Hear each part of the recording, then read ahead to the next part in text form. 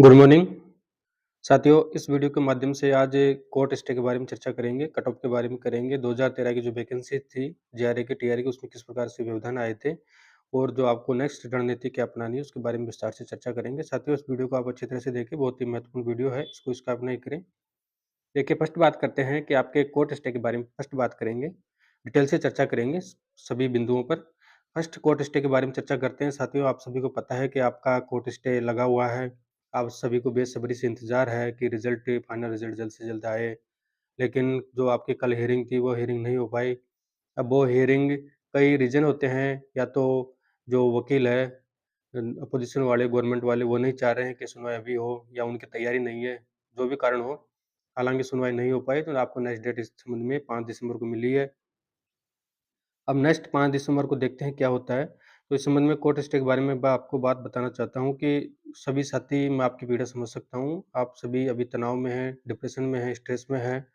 हर व्यक्ति चाहता है कि जिसकी जॉब लगती है, वो चाहता है कि तुरंत मुझे नौकरी मिले, पोस्टिंग मिले, जो भी उसकी समस्या है वो दूर हो, फाइनेंशियल हो या जो भी कंडीशन है उसकी, वो सभी समस्या उसकी दूर होने के लिए वो इंतज़ार कर रहा है।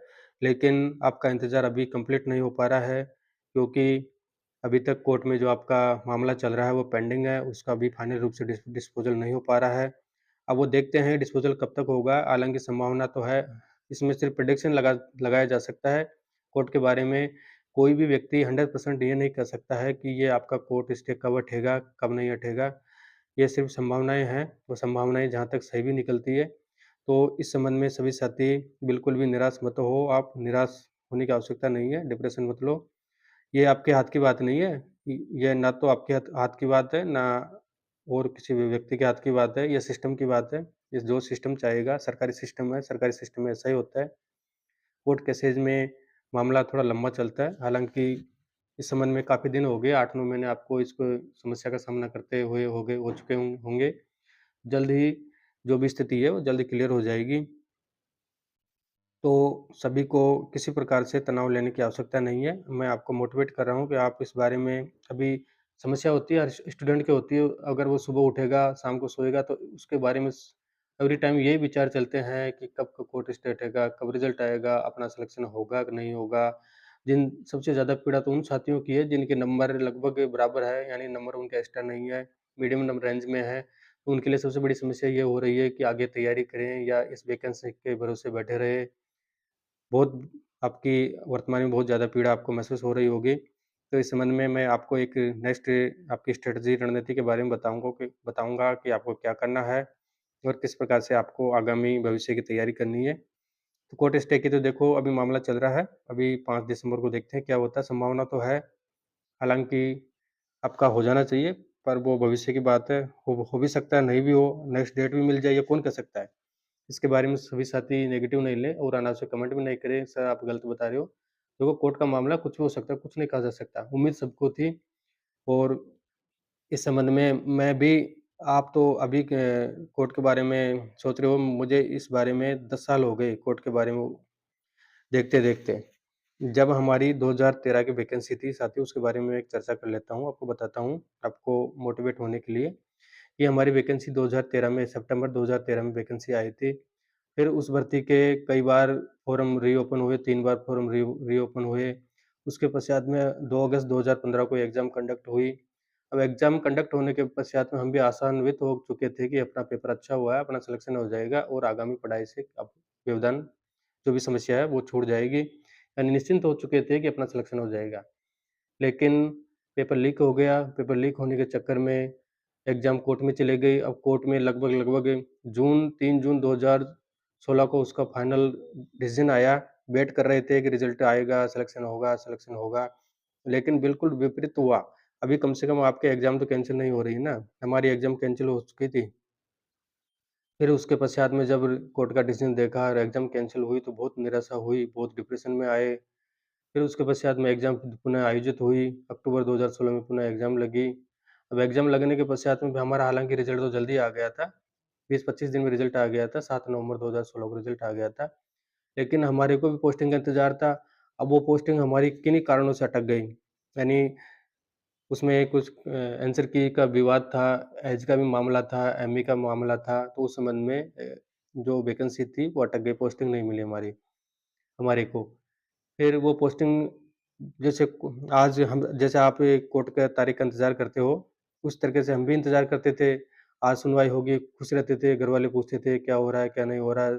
जो भी जानकार लोग हैं, सभी पूछते थे आपका क्या, कब तक पोस्टिंग मिलेगी? अब उनको क्या रिप्लाई दें? रिप्लाई दे नहीं पाते थे, मन ही मन संकोच में रहते थे, क्या बताएँ इनको? तो आखिरकार हमारा भी रिज़ल्ट तो नवंबर सल 16 में आ गया था, लेकिन जो फाइनल डिसीज़न कोर्ट का हुआ था, वो मई 2017 में हुआ था। तो यानी 8 महीने तक हमें वेट करना पड़ा। रिज़ल्ट आने के पश्चात भी, फाइनल होने के पश्चात भी 8 महीने तक वेट करना पड़ा था। उसके पश्चात में हमारी जॉइनिंग वेरिफ़िकेशन का कार्य जून 17 में कंप्लीट हुआ था और जुलाई 17 में हमारी पोस्टिंग मिली थी। इतना वेट हमें करना पड़ा था। नहीं, 2013 से लेके 2017 लगभग 4 साल का इंतज़ार हमें इस वैकेंसी के लिए करना पड़ा था। आपकी ये वैकेंसी अभी 2023 में आई है, अभी इसको ज़्यादा टाइम नहीं हुआ है। हालाँकि समय तो हो चुका है, 15-16 महीने हो चुके हैं, लेकिन इसका कोई कुछ नहीं कर सकता। ये सरकारी सिस्टम है, सरकारी सिस्टम में जो होता है काम बिल्कुल स्लो चलता है, वो स्लो चलेगा जैसे ही होगा। तो इस संबंध में आप कोई भी साथी बिल्कुल भी निराश नहीं हो, ठीक है? ये तो कोर्ट स्टे के बारे में बात कर चुके हैं, कट अब 2013 की वैकेंसी के बारे में बात कर चुका हूँ।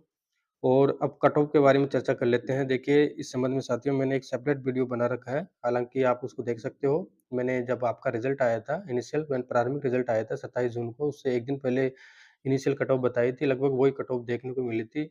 और इस संबंध में अभी मैंने 5-7 दिन पहले भी एक वीडियो बनाया है फाइनल कट ऑफ का, आप उस वीडियो को देख सकते हो। उसमें कट ऑफ मैंने बताई थी, लेकिन आपको मैं एक पुनः और प्रूफ़ के साथ बताता हूँ कि जो आपकी कट ऑफ कितनी जाएगी, कितने रहने के चांसेज़ है। इसमें देखो 100% तो कोई कुछ नहीं कर सकता। ये सिर्फ़ बेस डाटा और लोगों से एनालिसिस या नॉलेज के आधार पर ही निकाला जाता है, कट ऑफ कितनी जा सकती है। पुराने ट्रेंड है कर्मचारी चयन बोर्ड के, अन्य एग्ज़ाम के जो भी आरपीसी के हैं या अन्य जो भी एग्ज़ाम होती है जिसमें 2 गुना कैंडिडेट को पास करते हैं, 3 गुना करते हैं, उसके हिसाब से जो कट ऑफ निकलती है, उसका जो ट्रेंड है, उसके इस हिसाब से विश्लेषण करते हैं। साथियों, आपका जो एक कल रिज़ल्ट आया था 28 नवंबर 2024 को, कृषि पर्यवेक्षक का, एग्रीकल्चर सुपरवाइज़र का, तो उसके बारे में मैं प्रूफ़ के साथ बात करता हूँ कि आपकी कट ऑफ इतनी लगभग इतनी बढ़ने के चांसेज़ है। देखिए, ये आपका जो ये स्क्रीन पे आप देख रहे हो, 18 जून को कृषि पर्यवेक्षक का रिज़ल्ट आया था। इनिशियल यानी 2 गुना इसमें कैंडिडेट को पास किया गया था। इसमें साथियों इनिशियल कट ऑफ जनरल की 226 रही थी। आप इसको स्क्रीन पे देख सकते हो, जो आपको आप वेबसाइट से इस पीडीएफ को डाउनलोड कर सकते हो। जनरल ईडब्ल्यूएस का 214 रहा था, एससी का 205 रहा था, मैं यहाँ पे सिर्फ़ जनरल की बात कर रहा हूँ।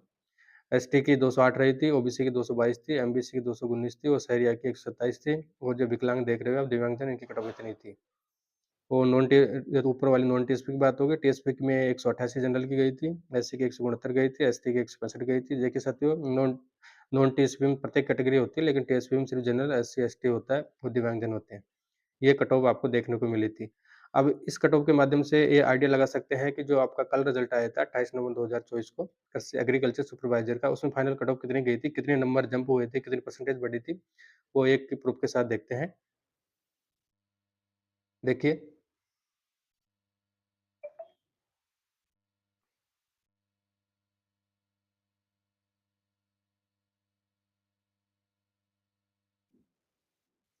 देखिए आपका ये रिज़ल्ट कल आया था, 28 नवंबर 2024 को आया था, जिसमें 385 वैकेंसी तो नॉन टीएसपी की थी और 45 वैकेंसी आपकी टीएसपी एरिया की थी। अब उसमें जो कट ऑफ गई थी साथियों, 232 फाइनल कट ऑफ गई है, ईडब्ल्यूएस में 224 गई है, एससी में 214 गई है, एसटी में 217 गई है, ओबीसी में 229 गई है और एमबीसी में 226 गई है। तो इस हिसाब से कट ऑफ को देखें, तो आपका जनरल का कट ऑफ लगभग 226 गई है, तो 7 नंबर बढ़ रहा है, यानी ये 300 नंबर का पेपर हुआ था आपका, ये एग्रीकल्चर सुपरवाइज़र का। तो इसमें देखें तो 1 परसेंटेज 3 नंबर की बनती है, तो 2 परसेंटेज आपकी 6 नंबर की हो गई। तो ढाई परसेंटेज के लगभग इसमें परसेंटेज इंक्रीज़ हुई है जनरल की। इसी तरीके से ईडब्ल्यूएस में लगभग इतनी हुई है, ढाई 3 हुई है। एससी में लगभग इतनी हुई है, एसटी में भी लगभग 3 की परसेंटेज इंक्रीज़ हुई है।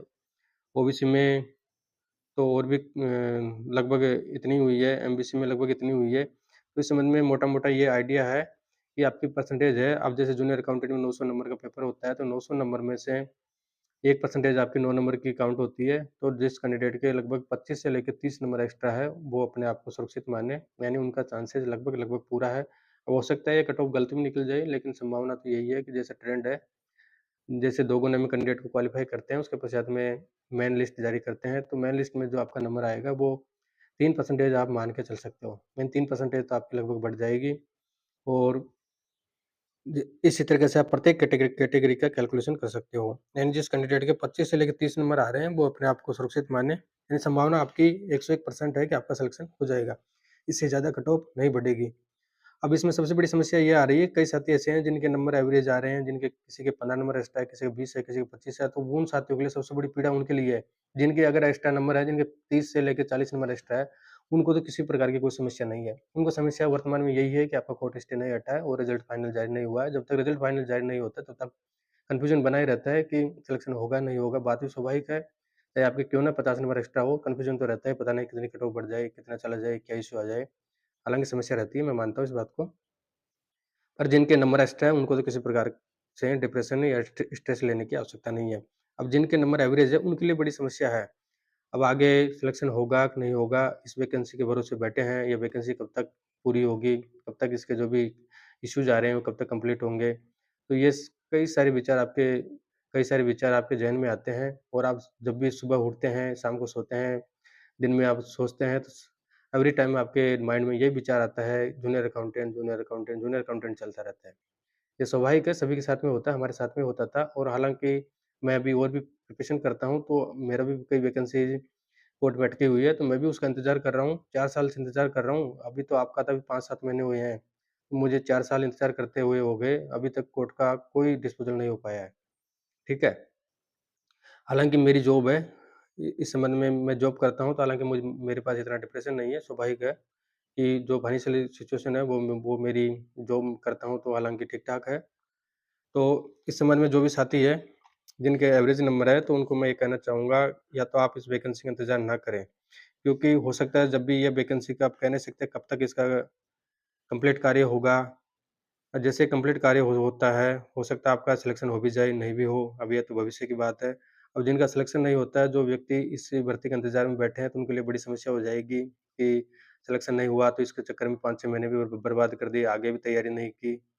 तो इस संबंध में आप जो भी साथी है, उनके नंबर कम है, तो वो अभी वैकेंसीज़ काफ़ी है और आगे भी आएगी। जैसे अभी वर्तमान में आरपीसी द्वारा फर्स्ट ग्रेड की वैकेंसी आ चुकी है। जो साथी जिन्होंने बीएड, पीजी कर रखा है, वो फर्स्ट ग्रेड की तैयारी करें और आगामी जस्ट रीट की वैकेंसी आने वाली है, L1, L2 की आने वाली है और इसके अलावा और भी वैकेंसीज़ आएगी। तो सभी साथी निराश नहीं हों, जिनके नंबर कम है, वो आगे तैयारी करते रहें, इस वैकेंसी के भरोसे नहीं रहें। यानी जिनके नंबर एक्स्ट्रा है, उनको तो कोई दिक्कत नहीं है। एक्स्ट्रा वालों को चलो आज नहीं तो कल होगा, कल नहीं तो परसों होगा, कभी न कभी होगा तो सही ना। ज़्यादा से ज़्यादा मैक्सिमम 6 महीने लग जाएँगे, इससे ज़्यादा तो होगा नहीं। पर मैक्सिमम आपकी वैकेंसी 6 महीने डिले हो सकती है, इससे ज़्यादा तो होगी नहीं। जहाँ तक मेरा मानना है मैक्सिमम 6 महीने हो सकती है, इससे ज़्यादा होगी नहीं। हो सकता है आपको जनवरी में पोस्टिंग मिल जाए, फरवरी में मिल जाए, मार्च में मिल जाए, ठीक है? तो जिनके नंबर कम है, तो वो अभी से इस वैकेंसी के भरोसे ना रहें और आगे की तैयारी करें। रेट की वैकेंसी आएगी, सेकंड ग्रेड की आएगी, फर्स्ट ग्रेड की आ चुकी है और अन्य वैकेंसी आएगी और जिन साथियों का जूनियर अकाउंटेंट बनने का सपना है, तो वो साथी अभी जो कॉमर्स बैकग्राउंड से हैं, उनके लिए इलेक्ट्रिसिटी बोर्ड में वैकेंसी अभी जल्द देखने को मिलेगी। हो संभावना है फरवरी तक आने की पूरी संभावना है। उसके अलावा जो रोडवेज़ है, आरएसआरटीसी डिपार्टमेंट है, राजस्थान राज्य पथ परिवहन निगम है, उसमें भी जूनियर अकाउंटेंट की वैकेंसी आपको देखने को मिलेगी। और कर्मचारी चयन बोर्ड ने अभी जो सीईटी का कैलेंडर जारी किया था, उसमें एग्रीकल्चर डिपार्टमेंट में इनमें जूनियर अकाउंटेंट की वैकेंसी आएगी।